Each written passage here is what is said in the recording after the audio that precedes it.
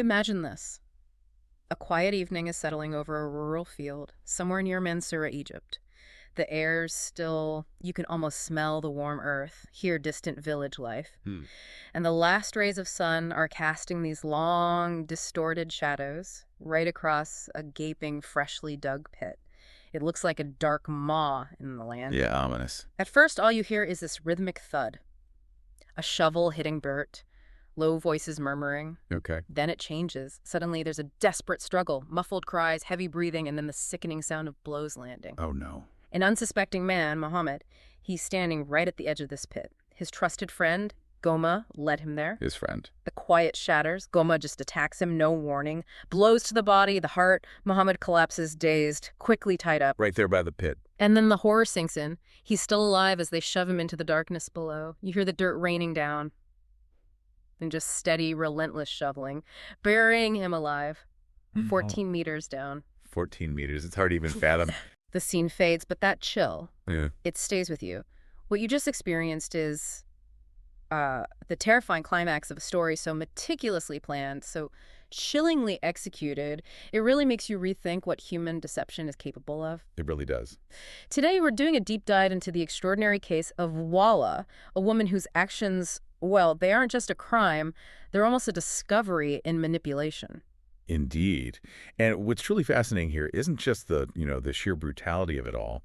It's the incredibly complex web of deceit woven over years. Yeah. Many years. Right. We're really looking at a mind that orchestrated every single step, transforming what looked like normal life events, opportunities even, into this horrifying endgame. It's not just a story of betrayal, it's a masterclass in calculated control. Okay, so off the bat, where does this story begin? It really starts back in 2016, same rural area near Mansoura. Okay. We have Mohamed, a 36-year-old farmer, seems hardworking, built his own house on his land, Right. ready to settle down. Right, living the dream in a way. You can say that. He marries Walaa. She's beautiful, seems well-mannered, from the same area, about 5 years younger. Okay, sounds pretty normal so far. On the surface, yes. But apparently from Walaa's perspective, this marriage was seen as an excellent opportunity. An opportunity. How so? Well, think about it. A man with his own land, his own business, a house right across from his farm. She likely anticipated a life of comfort, stability, security. Got it. So maybe not purely a love match from her side from the start. The signs suggest maybe not entirely. Initially, though, their married life looked, totally normal. Calm, quiet. Mohamed was reportedly deeply in love, gave her everything she asked for. So outwardly, it looked ideal, a stable life. Exactly. Built on solid ground, it seemed. But even in those early days, Mohamed started feeling this subtle undercurrent of confusion about Walaa. Confusion? What kind of confusion? He just couldn't quite figure her out, despite loving her. He saw contradictory behavior. Sometimes she seemed genuinely happy, invested in their life together. Okay. And other times, she seemed deeply unhappy, almost suffocated. Ah, that's tough. So pulling him in different directions. Precisely. And the really insidious part, he believed her in both states. He never quite grasped her real desires or intentions. He probably thought it was something he was doing wrong. Which highlights her early ability to manage perceptions, right? Absolutely. It shows her skill at maintaining a facade even then. She presented exactly what she needed Mohamed to believe at any given moment. It kept him off balance, unable to see the real picture. Classic manipulation tactic, really. Okay, so fast forward 3 years. They now have 2 children. Life looks normal from the outside. Yes, outwardly, very normal. It's around this time that Gomaa becomes more significant in the story. The friend. The blacksmith. That's him. Mohamed's closest friend. Works alongside him on the farm frequently. Was he close to the family? Like in the house often? Not really, no. Apparently Gomaa was never really invited into the home at this stage. But he observed Walaa from a distance. What did he see? Or what did he think he saw? He saw her interactions with Mohamed. He thought she seemed beautiful, kind. He was apparently quite taken with her perceived grace and, how she seemed like a good wife. So he's seeing the performance she puts on for Mohamed. Exactly. He's the quiet observer, taking in Walaa's carefully curated performance, completely unaware. And he's about to become a critical piece in her plan, unwittingly. A foundational piece, really, because by the time their third child arrives, about 4 years into the marriage, Mohamed's confusion about Walaa is even worse. He must have been really struggling by then. He was, and he starts confiding in Gomaa. sharing his frustrations, how he just can't understand his wife's moods, her desires. Oh, he's opening the door right up. Exactly. Mohammed's vulnerability, his distress, it was a perfect opening. An opening Walaa likely anticipated, maybe even helped create, by keeping him so confused. She knew he'd eventually seek advice. And Gomaa jumps right in. He seizes what he sees as an opportunity. Yeah. Offers to mediate, to help his friend. How noble of him. Right. He pledges to be fair, impartial. It says his only goal is to save their marriage, their home. And Mohamed. He's grateful, thinks Gomaa is such a good friend. He readily agrees, invites Gomaa into his home for the first time. An act of kindness on the surface. But for Walaa, this was the signal flare. This was the moment her plan, her real plan, kicked into high gear. So Gomaa comes over to mediate. How does that play out? Walaa welcomes his intervention with, well, enthusiasm, which probably shouldn't be surprising, right? She'd likely been grooming his interest subtly for a while. Making sure he saw her good side when he was around the farm. Precisely. So during this mediation, Mohamed shares his side, his complaints. But Walaa, she's ready. With what was described as utmost order and arrangement, she systematically refutes everything he says. Wow. Just turns it all around on him. Completely. She makes him look like the bad guy while she plays the part of the wronged, dutiful, suffering wife perfectly. And Gomaa buys it. Hook, line, and sinker. He's completely convinced of her innocence, praises her character. He's gone from observer to admirer, and now he's infatuated. That mediation wasn't about solving problems. It was about manipulating Gomaa. It was a pivotal performance. She wasn't just reacting. She was actively shaping Gomaa's perception, ensuring he saw a virtuous woman mistreated by her husband. His admiration hardened into infatuation right then and there. So Gomaa leaves, completely smitten. Mohamed feels relieved, thinking things are better. Yes, Mohammed's relieved. But Walaa, she's happy for a totally different reason. Her game has begun. Exactly. And from that day on, Gomaa starts coming over regularly. To the house. Yep. Spends evenings there after work. He becomes like a trusted brother figure to Mohamed. While secretly being in love with his wife. Didn't stay secret for long. Those subtle looks of admiration quickly turned into an open declaration of love for Walaa. So he went from mediator to admirer to homewrecker, basically. He's fully in her orbit now. Completely drawn in. And Walaa reciprocates his declaration, says she feels the same way. Of course she does. For about a week, it's just phone calls.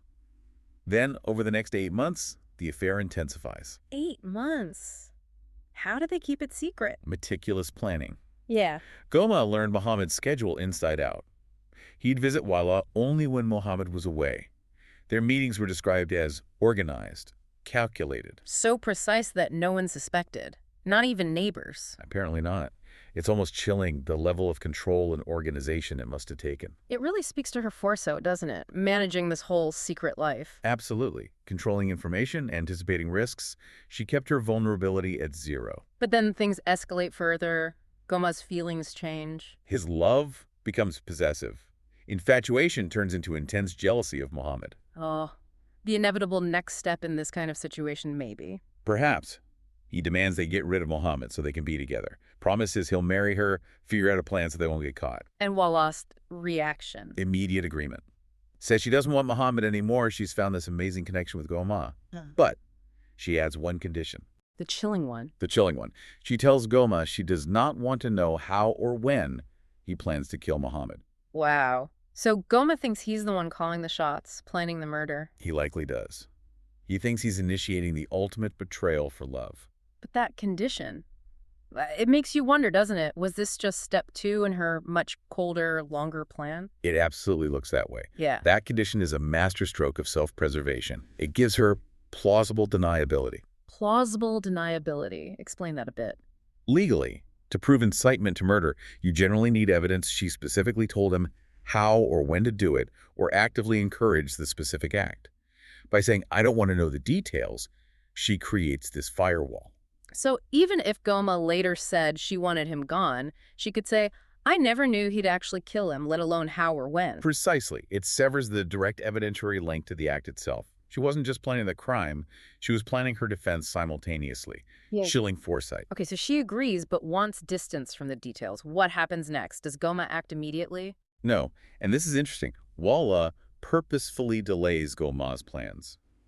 Buys herself time. Buys time for what? For the next phase of her own scheme. Step 3, you might call it. She starts spreading rumors. Rumors about Mohamed. Yes, among his own family. Mm. She subtly suggests Mohamed is secretly involved in the illegal antiquities trade. Antiquities. Why that specifically? Think about it. It provides a believable reason for sudden wealth, secretive behavior, and potentially disappearance. Ah, okay. Like maybe he upset the wrong people. Exactly. She pretends to be worried about it, but also hints at big profits. Mm. Describes him meeting shady dealers, talking about a big deal coming up. So the family starts thinking his legitimate farm earnings are actually dirty money. Pretty much. And that he's being secretive to avoid getting caught. The rumor takes root within their close circle. That's clever. It isolates him, makes his own family suspicious, and potentially less likely to cooperate fully with police later if something happens. It's a multi-layered strategy. The antiquity story provides a motive for disappearance, explains away money, implicates Mohamed himself, and creates a reason for the family to be hesitant with authorities. It protects her from multiple angles. Incredible. So step 4 involves Gomaa again. Yes. Gomaa, who now either knows about the rumor or is told directly by Walaa about potential buried treasure, convinces Mohamed to start digging. Digging where? On Mohammed's own land. Gomaa claims experts confirmed antiquities are buried right there. The perfect, unsuspicious spot. And Mohamed agrees. He does. He trusts Gomaa, his best friend, and Walaa enthusiastically encourages it too, saying she trusts Gomaa, talking about the huge profits they could make. So Mohamed starts digging. Quietly, secretly, digging the very pit that will become his grave, chasing a fortune planted by his wife, helped by his friend. The audacity is something else. It truly is. Which brings us back to that horrific scene at the beginning, the day of the disappearance. Yes. Yes. Step 5. One morning, Mohamed leaves for work and just vanishes. Gomaa disappears too, simultaneously. She waits till the end of the day. Then, playing the distraught wife, starts asking Mohamed's family if they've seen him. Does she mention the digging? No.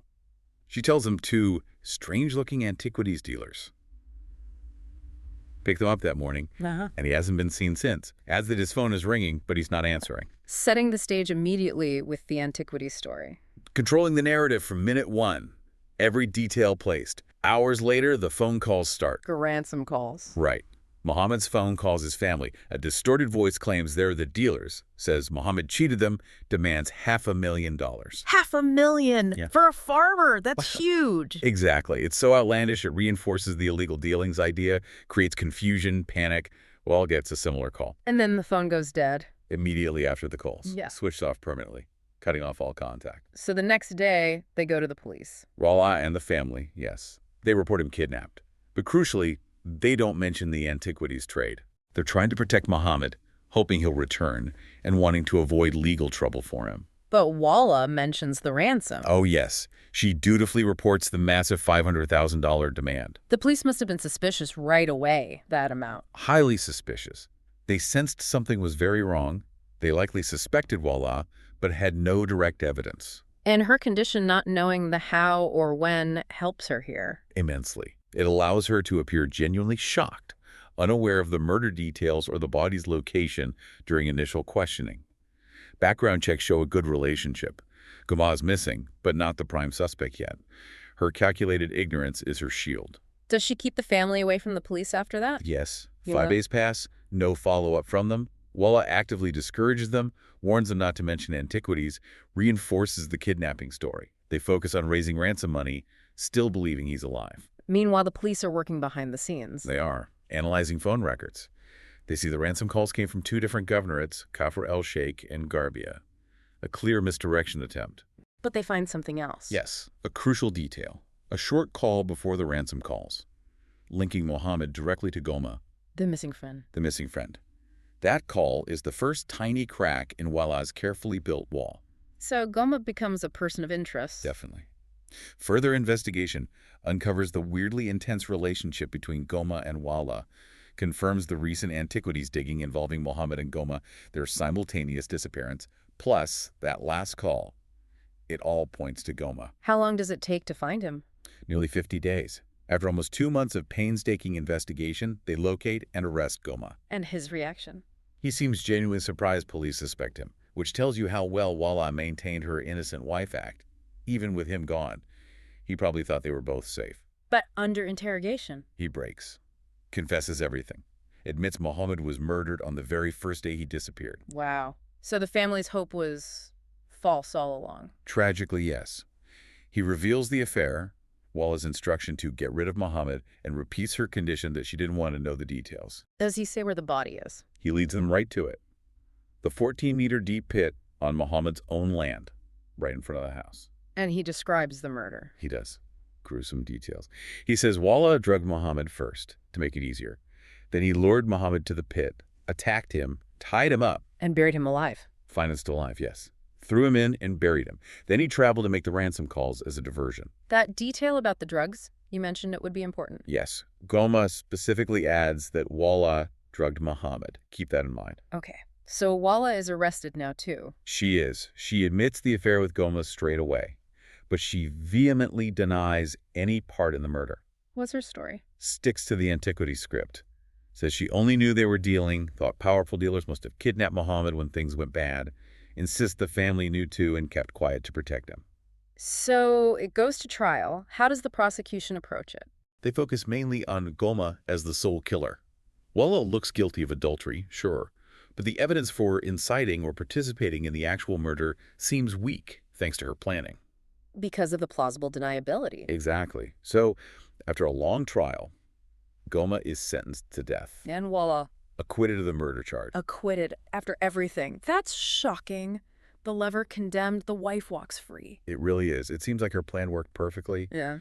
but it's not quite over. What happened? Gomaa is standing there, hearing his death sentence, seeing Walaa acquitted. He's enraged. I can imagine betrayed. Completely. He explodes. Tells the judge Walaa knew everything. That she wasn't just involved, she actively helped by drugging Mohamed to make the killing easier. Ah, the drug accusation again. He's doubling down. He is, expressing total disbelief he's facing execution while she's free. A last desperate attempt to pull her down with him. How does Walaa react? Vehement denial. Accuses Gomaa of lying, trying to frame her. Sticks to her story. Affair, yes. Murder, absolutely not. So it's his word against hers, but he's already convicted. It feels like a desperate gamble on his part. But here's where it gets truly remarkable. This accusation actually sets up Walaa's final vindication in court. How? Remember that forensic report on Mohamed's body? Yeah? What about it? It comes back with a crucial finding. Absolutely no trace of drugs in Mohamed's system. No drugs. So Gomaa was lying about that part. Or perhaps Walaa told him she drugged Mohamed, even though she didn't. Wait, why would she do that? Think about it.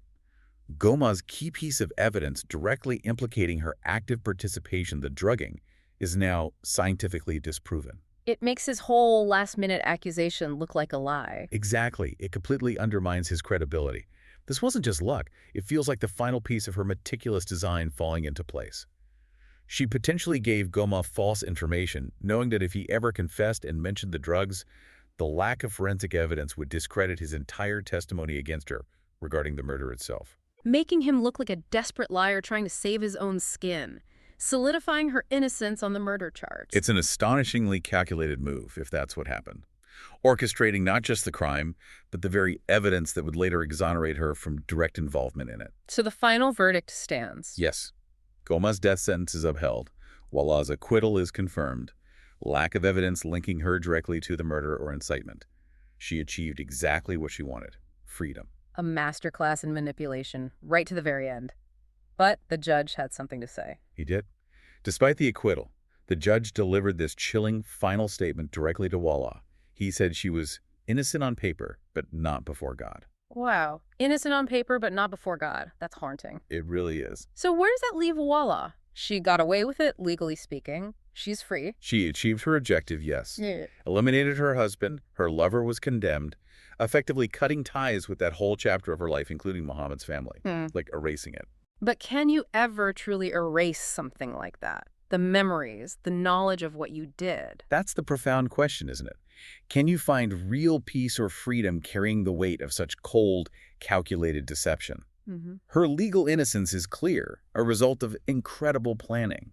But the psychological burden, the constant silent knowledge of what she orchestrated, that's its own kind of prison. Maybe the judge was right. Some judgments aren't made in a courtroom. Perhaps they're made in the quiet chambers of your own conscience, if one exists in such a case. It makes you wonder, What truly drove her? What deep unhappiness or burning ambition fueled such an extreme, years-long deception, such chilling calculation? It's a disturbing glimpse into the complexities of human nature, the hidden depths, the Mhm. terrifying power of a truly organized, manipulative mind working right under everyone's noses. So, a final thought for you, the listener. What do you think really motivated Walaa down this incredibly dark path? And despite her legal freedom, can she ever truly be free?